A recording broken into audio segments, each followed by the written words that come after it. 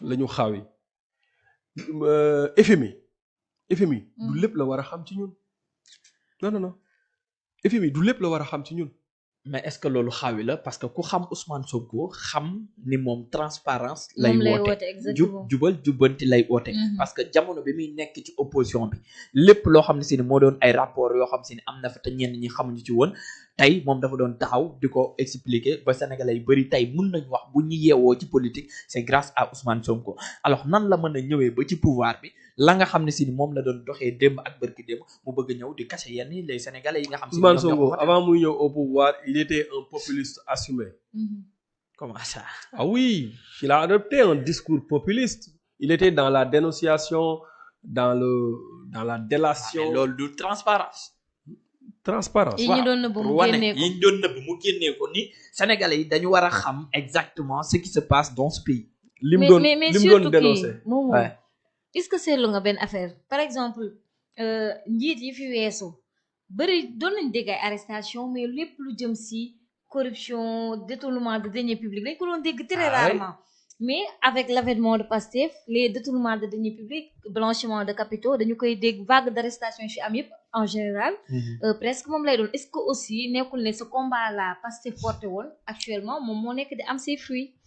Vague d'arrestation yi am léegi gisoo vague de libération yi tamit. waaye si libération provisoire. waaw bàyyi ma waaye leen bracelet. waaw libération provisoire. setaguñu de. defuñu duñ ne ñoo def waaye setaguñu. Ousmane Sonko yi mu doon dénoncé yëpp. wax ma ci ñaar wala ñett yoo xamante ne ba mu ñëwee au pouvoir dëggal na ko. nekk na dëgg. bu dee justice mooy def liggéey. 94 milliards yi ba léegi. tey roog Farba ñu ngi ci loxo yoon ba léegi. 125 Mamour Diallo bi nag. bi mu ne gis na compte bi xam na kiiwu compte beeg yooyu noonu anam fu mu mujjee. affaire yi jaar na ci Diallo. jaar na fan. ci compte bi. yoon mooy def liggéeyam. yoon ba léegi Ousmane Sonko de moo toog assemblée nationale ne jàpp nit 9 mois di wut ay preuve am na leneen lu muy nuru mu ngi nuru acharnement.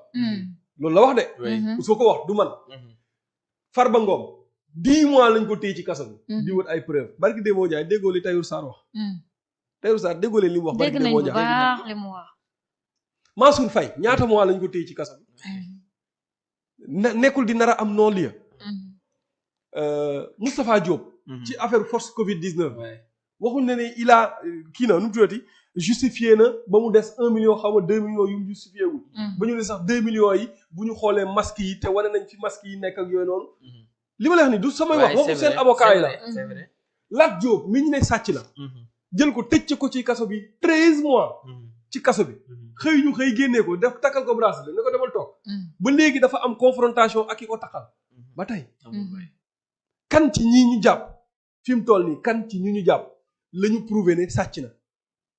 mais nee nañu am na ñuy delloo ci suuf. ak di cautionner parce que wax nañ ne.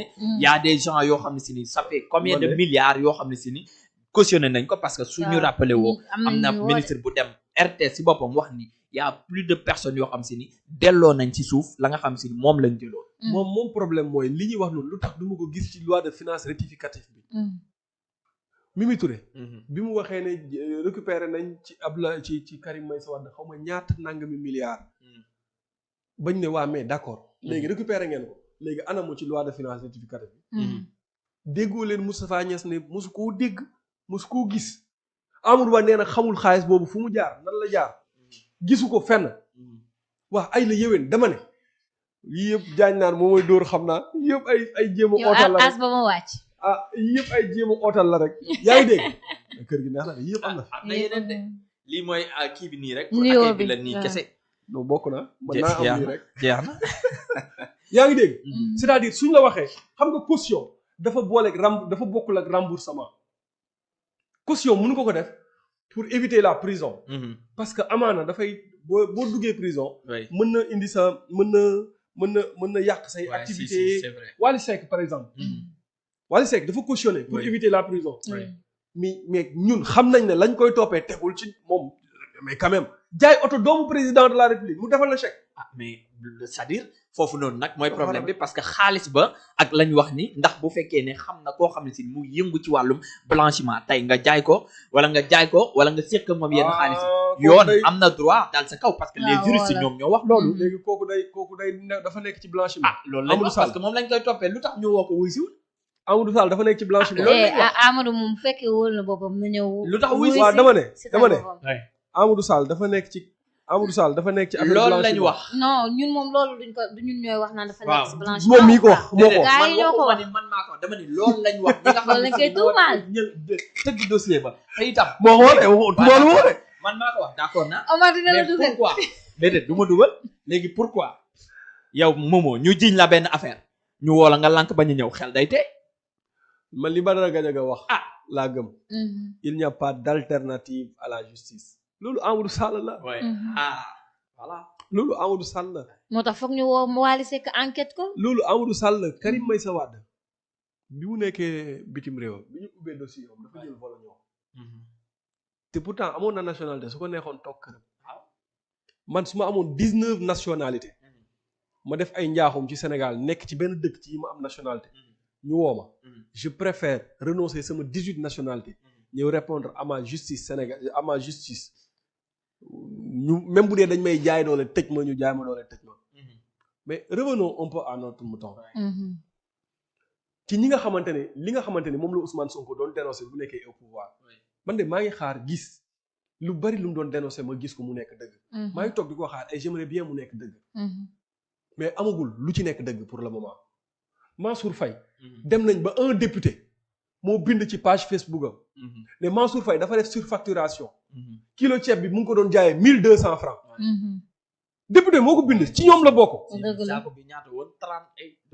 saa waay seen journaliste yi ak seen i chroniqueur toog ci télé bi lu ñu waxul Mansour Faye dañ ko fàtte ñëpp ne Mansour Faye mii moom lii ñu wax nii moom du génn ci kaso bi ñu xëy ñu ne contestation sérieuse génn leen Mansour Faye ñoom ñëpp ñu dee présomption d'innocence dañ ko fàtte Sénégal nag amatul loolu de daf ko war a am sëriñ bi dama ne lañ doon xeex ci Macky Sall ñun ci CREI yi moom la ñuy xeex jamono ji nous sommes d'accord pour la reddition des comptes man damaa gëm ne soxna Diarra sénégalais kuñ ko dénk kuñ dénk poste de responsabilité nga caxat-caxatee alalu réew mi ñu àtte la justice wane ay preuves yu leer ne yow da nga def détournement wala blanchiment de capitaux pour man dañoo war a corser la loi waratoo nekk chef de quartier ci réew mi benn ñaareel ba waratoo liggéey ci administration ñetteel ba soo amee société administration les sociétés publiques waruñoo jëflante ak yow lii laa gëm kon xam nga man je suis d'accord pour la reddition des comptes mais il faut éviter le règlement de compte Macky Sall a démarré avec ça nous avions alerté tey loo ci gis CREI dañoo jékki-jékki rek amatul ñu ñëwaat fii ñu ne reddition des comptes mais ne leen d'accord naa de mais éviter le règlement de compte ñoo ci gis ñi ñu jàpp ñëpp ñu ngi leen di libérer gis nga ñi ñu jàpp nii ci kaso bi Tahirou Sarr Farba Ngom Mohamadane Sarr Samuel Sarr ak Khadim Ba ñoom ñëpp ils finiront par sortir waaw mais c'est la justice quand même est-ce que dossier yooyu dinañ jël yëpp jàpp ni c'est politique tey jii justice bi moom moo nekk di non ba léegi waxuma la c'est politique de non parce que suñu déggee ay affaire de règlement de compte c'est comme si léegi justice ban intérêt la am di régler compte avec ces hommes là c'est pas la justice kon jeex na wax nga ni c'est politique non c'est pas la justice parce que ku ci dem devant le juge bu ñu la àttee nañ la bàyyi loolu laa gëm oui parce que les juges sont indépendants kon il faut qu'il y ait des preuves xam nga Ousmane Diagne dafa waxoon lu am solo